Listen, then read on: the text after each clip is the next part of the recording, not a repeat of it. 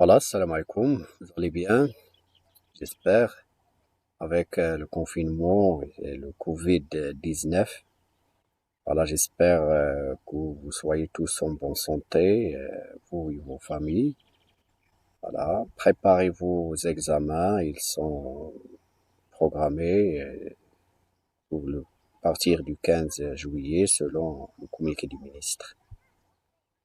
Voilà, travaillez dur et dur, il faut finir avec ce semestre. Ah, et bien sûr, tout sera bien sûr ok, ne craignez rien, juste il faut bien sûr que vous travaillez. Je commence avec cette première vidéo, la correction des séries de TD, du système expert du module EA2. Donc je commence dans cette vidéo par l'exercice 1 et l'exercice 1 et surtout les deux premières questions concernant le chaînage avant. Puis, j'enchaînerai dans les autres vidéos les autres corrections. Alors, remarquez, on est dans le cas d'un système expert à base de la logique des propositions. Donc, pour un système expert, nous avons besoin de deux parties essentielles, indépendantes, la partie base de connaissances et la partie moteur d'inférence. Alors, toujours, on aura un problème qui peut être résolu par un système expert. Alors, dans ce cas, il faut exprimer les connaissances du domaine sous forme de base de connaissances. C'est le rôle des experts. Donc, on passe par des interviews ou bien par des questionnaires et on récupère les données qui sont les bases de faits et les règles régissant le domaine d'expertise. Puis, on code ces bases de faits et bases de règles en utilisant un alphabet. Par exemple, là, on a utilisé les A, B, C, D, etc. Mais en fait, elles cachent derrière des règles du monde réel. Voilà, ça c'est la partie base de connaissance. Maintenant, le moteur d'inférence, il est indépendant du problème. Et donc, nous avons deux moteurs, deux types principaux de moteurs d'inférence, celui à chaînage avant et l'autre à chaînage arrière.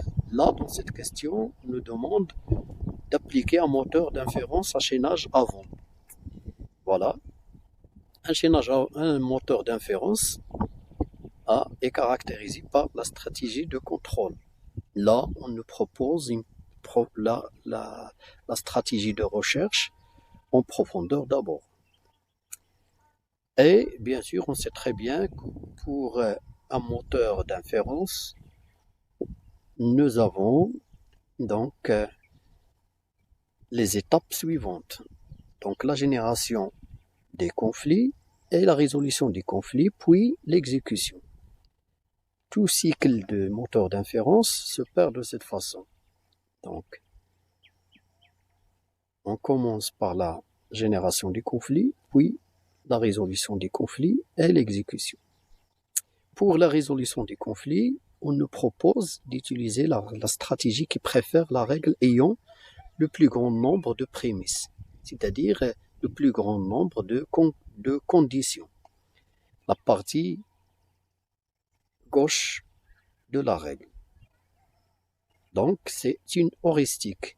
Il faut calculer le nombre. Donc, l'heuristique, donc la mesure de qualité d'une règle, de priorité d'une règle, se basera sur le nombre de prémices dans cette règle. Donc, il faut calculer son nombre de prémices et comparer toutes les règles de conflit ou bien applicables dans un cycle donné, les comparer à base de son nombre de prémices. Et on prend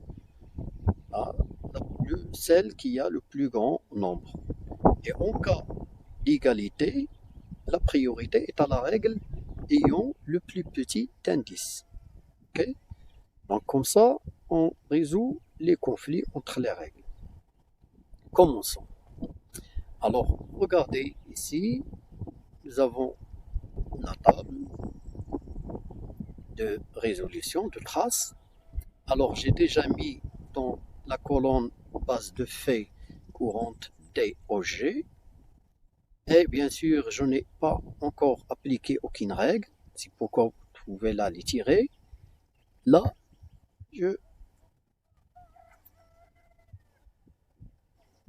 on va maintenant générer les conflits. D'abord, il faut poser la question, est-ce que la base de faits ne contient pas déjà le fait approuvé? Le fait approuvé, c'est le fait I. Donc, il n'est pas dans la base de faits courante. Je dois chercher les règles applicables, c'est-à-dire générer les conflits des règles. Je passe règle par règle depuis le début. Alors, souvent, l'ordre des règles est imposé par les experts. Et c'est ce qui est le cas ici, parce qu'on peut le sentir, puisqu'on nous dit, en cas d'égalité à du nombre de prémices des règles applicables, on va donner la priorité à la règle ayant le plus petit indice. C'est-à-dire que cet ordre est bien sûr, il a une importance dans le problème. Voilà, je commence. R1 n'est pas applicable parce que A et B ne sont pas dans la base de faits. R2 aussi, R3 non plus, donc c'est R4. Voilà, j'ai R4. R5 non, R6 non, je n'ai pas le A. R7 et R8, je n'ai pas le H. R9, oui, j'ai le DOG, donc R9. Maintenant, il faut calculer les heuristiques. Voilà. Pour la R4, j'ai deux prémices. Pour la R9, j'ai trois prémices. Donc, lesquelles vais-je prendre? Laquelle des deux dois-je donc prioriser? Quoi? C'est la règle R9. Voilà. Et donc, je prendrai la règle R9. Je la mets dans la liste des règles appliquées. Jusqu'à présent, une seule règle. Et je l'applique. C'est-à-dire, je la marque. C'est ce que j'ai fait dans la table, dans la colonne. Je la marque. Et j'ajoute sa conclusion dans la base de faits. Donc, j'aurai dans la base de faits mise à jour D, O, G et J. Voilà. Je vérifie, donc le cycle est terminé, je vérifie est-ce que le I n'est pas dans la base de faits, non plus, n'est pas encore, donc je dois recycler. Génération de règles. Je repasse, donc je vide la liste des règles applicables et je commence par la première.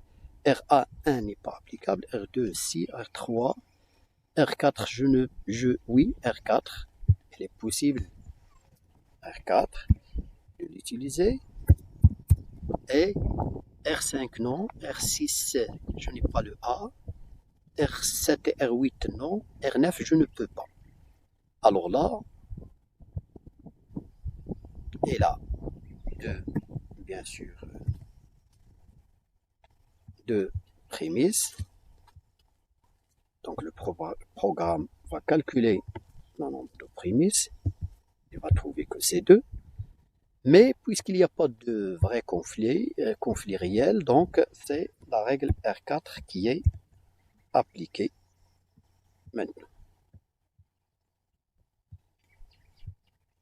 Voilà.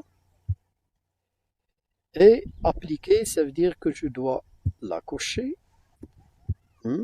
et je dois ajouter sa conclusion dans la base de faits. O, G, J, H. Est-ce que le I qui est le but, est-ce qu'il est dans la base de faits? Non. Donc, je repasse sur la liste des règles et je cherche les règles applicables. Je vide la liste des règles applicables et je commence à la remplir. R1 non, R2 non, R3 DHG, je crois oui, R3 oui,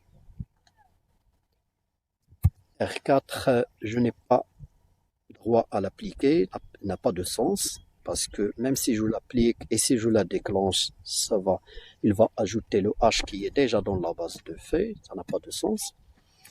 Le R5 non, le R6, R7 et R8 je crois que c'est oui, parce que j'ai le G et j'ai le H. Salam.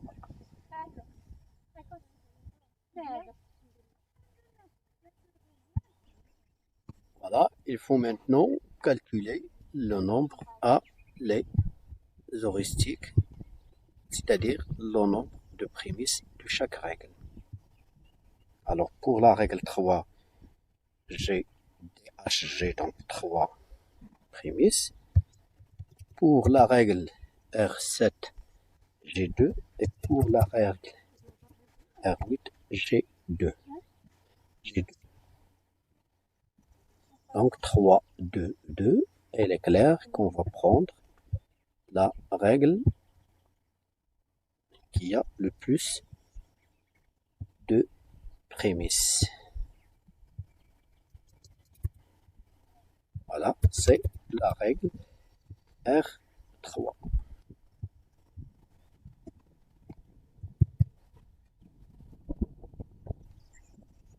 Donc la résolution du conflit a généré la R3.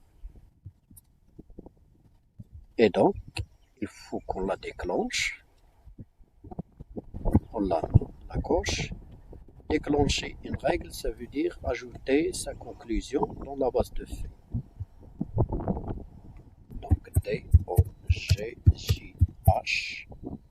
Et maintenant, on ajoute le A. Est-ce que le I qui est le but, est-ce qu'il est atteint? Non. Donc on va recycler. La première règle n'est pas applicable, on n'a pas encore le B. La deuxième, on n'a pas le E. La troisième et la quatrième, non, on ne peut pas les utiliser. La cinquième, il lui manque le E. Pardon, la deuxième, il lui manque le H, le F. Et maintenant la R6. Est-ce que la R6 est applicable? Oui. J'ai le G, j'ai le A. Donc, applicable. Bien sûr, il ne faut pas oublier R7 et R8. La R9, bien sûr, n'a pas à être prise en considération puisqu'il a été déjà déclenché. Là, je calcule les prémices. Le nombre de prémices, R6, 2, R7, 2, R8, 2. Donc, je prendrai celle qui a la priorité, c'est la première, la R6, qui a le plus petit indice. Donc, je vais résoudre le conflit par le choix de la R4. Pardon, la R3, la R6. Et donc, il faut déclencher la R6. Il faut ajouter sa conclusion dans la base de fait. Donc j'ai le D, le G, le J, le H, le A et le B.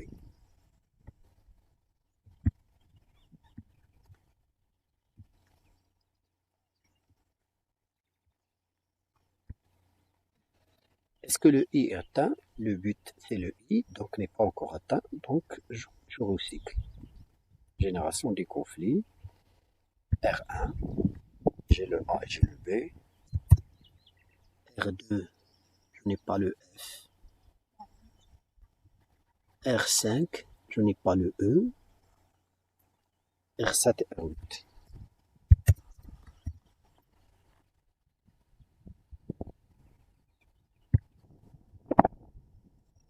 Maintenant, le nombre de prémices. Chacune de ces règles a 2 prémices.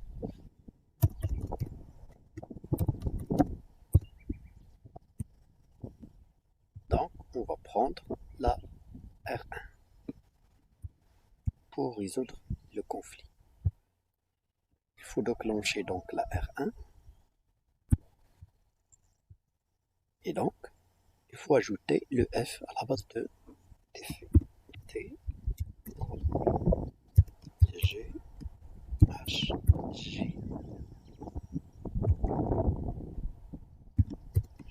H, A, B, F. Le I n'est pas encore atteint, donc on continue un cycle. Donc générer les conflits, R2 est applicable, R5 non, il lui manque le E, R7, R8. Les deux ont nombre de prémices égal à 2. Donc, on va prendre la première, le plus petit indice, c'est la R2.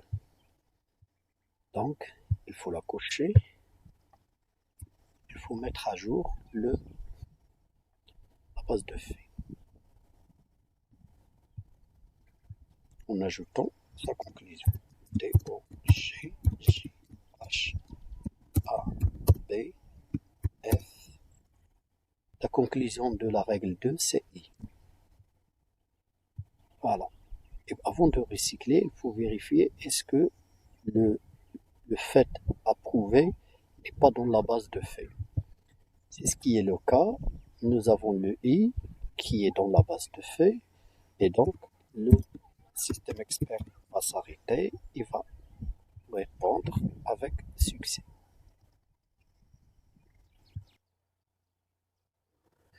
Voilà, cette question veut appliquer un moteur d'inférence à chaînage avant avec une stratégie de contrôle en largeur d'abord. Donc la différence n'est pas au niveau du moteur d'inférence, c'est toujours à chaînage avant, mais plutôt c'est dans la stratégie de contrôle de contrôle. Dans la première question, on a traité la stratégie de contrôle en profondeur d'abord, c'est-à-dire qu'on génère des conflits et bien sûr il faut choisir la meilleure, selon une stratégie, la meilleure règle applicable et la déclencher. Alors que là, on nous demande d'utiliser une stratégie de contrôle en largeur d'abord. En largeur d'abord veut dire lorsqu'on a obtenu la liste des règles applicables, on les déclenche toutes à la fois. C'est-à-dire, quand on les exécute, il n'y aura pas besoin de résolution de conflit. Toutes les règles sont applicables, vont être appliquées dans un cycle. Et ça génère donc une mise à jour rapide de la base de fait. Et on ajoute beaucoup plus, souvent beaucoup plus de conclusions dans cette base de fait, en espérant que cela donc nous pousse rapidement vers le but approuvé, ou bien le fait approuvé. Voilà, donc la table est déjà préparée. J'ai deux colonnes. La colonne conflit, c'est-à-dire les règles applicables, et l'état de la base de fait. Alors, donc, un moteur d'inférence à chaînage avant se base sur les faits contenus dans la base de faits et essaie de progresser, de générer d'autres faits jusqu'à tomber aveuglement sur le but à atteindre. Par contre, on va voir après, pour le chaînage en arrière ou bien chaînage arrière, bien sûr, on se base sur le but et on peut, bien sûr, on centre notre intérêt, bien notre travail. sur le but. Alors que là, on centre dans un moteur d'inférence à chaînage avant, on se base sur les données. Voilà, la base de faits courante DOG. Donc on cherche les règles applicables.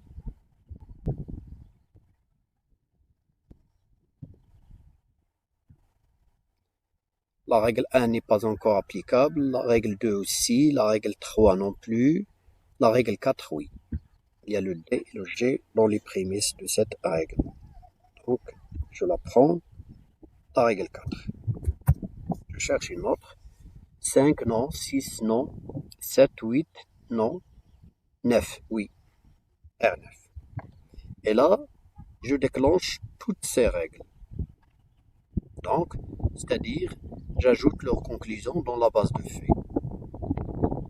J'ai déjà le D pour G. Maintenant, pour R4, je dois ajouter le H, la conclusion H. Et pour la règle 9, en la déclenchant, j'ajoute le J. Voilà. Et donc, il faut cocher la 9 et la 4. Voilà. Maintenant, on vérifie est-ce que le but a été atteint. Le but est I. Je n'ai pas encore le I dans la base de faits, donc je recycle.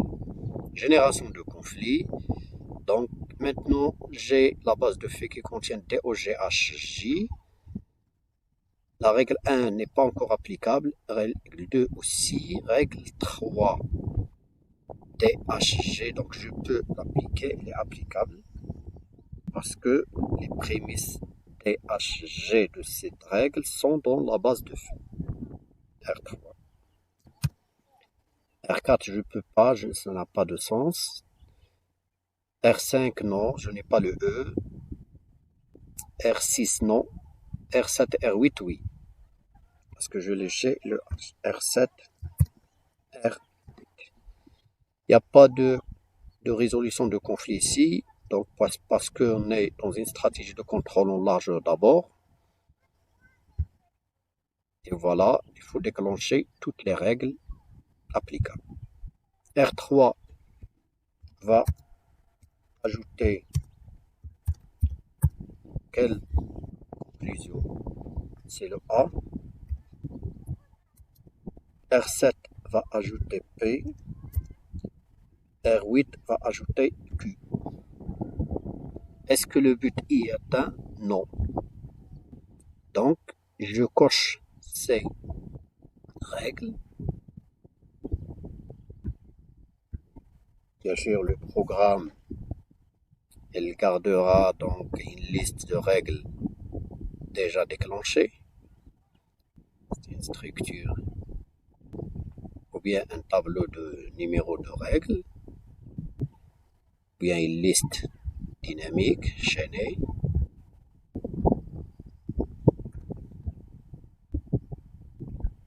Et il vérifie à chaque fois. Nous, on le fait visuellement par un cochage. Le I, qui est le but, n'est pas encore atteint, donc un nouveau cycle. Le A, lui manque le B pour déclencher le R1, donc non. R2 non plus. R5 non. R6 oui. R6. Est-ce qu'il y a une autre règle? Non. 7, 8, 9 déjà déclenché. Donc je déclenche aussi la règle R6. Donc, je recopie d'abord la base de faits, l'ancienne base de faits, et maintenant je lui ajoute la conclusion de R6. R6, sa conclusion c'est B, donc j'ajoute le B et je coche la R6.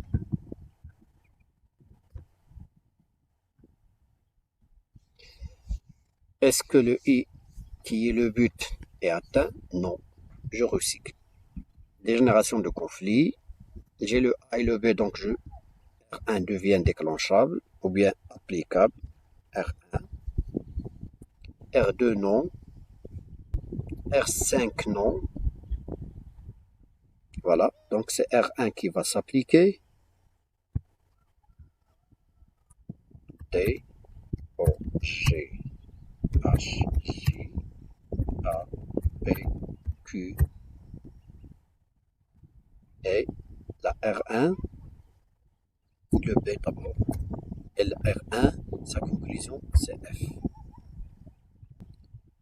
Est-ce que le I est atteint? Non. Donc, on recycle. Je coche la R1.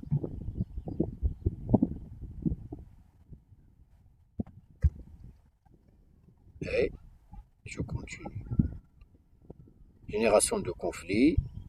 Donc, j'ai le F et le H. Je peux appliquer R2. Donc, R2 est applicable. Qu'est-ce qui manque? R2. Il y a le R5 qui reste. Non, R5 n'est pas applicable. Donc, je déclenche cette règle.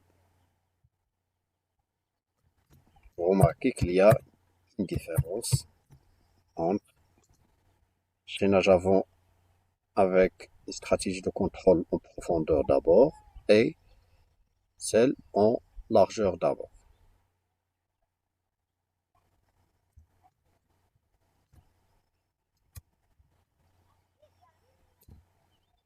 Voilà, on ajoute la conclusion de la règle 2. Je la coche pour la marquer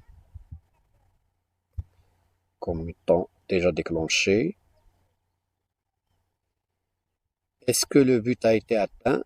On vérifie dans la base de faits. Oui, le I est maintenant dans la base de faits, donc il a été prouvé.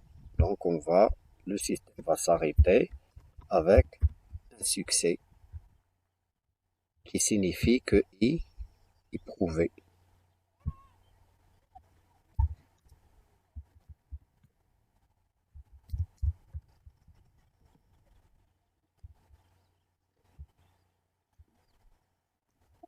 Voilà.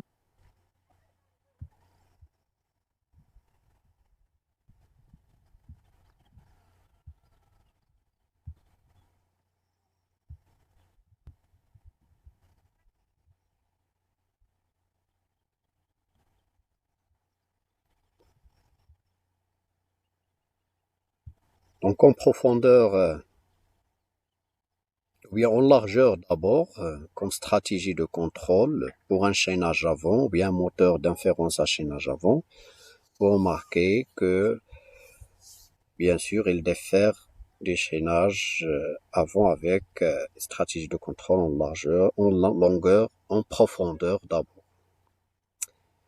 Là, il n'y a pas de résolution de conflit dans la stratégie de contrôle en largeur d'abord. Et bien sûr, les deux moteurs à chaînage avant avec la stratégie de contrôle en largeur d'abord ou bien en profondeur d'abord, elle se base sur les données, la base de faits, et essaie de générer les conflits des règles applicables. Elle les applique selon la stratégie de contrôle. Soit qu'on résout le conflit lorsqu'on est dans une stratégie de contrôle en profondeur d'abord, donc on applique une stratégie de contrôle en profondeur d'abord. Sinon, si on est dans une stratégie en largeur d'abord, on déclenche toutes les règles applicables qui n'ont pas été déjà déclenchées. Voilà, j'arrive au terme de cette capsule vidéo. J'ai préféré traiter uniquement le chaînage avant dans la logique de proposition. Donc c'est un système expert à base d'un moteur d'inférence chaînage avant en logique de proposition. Nous avons traité deux types de stratégies, la stratégie de contrôle largeur, profondeur d'abord et largeur d'abord.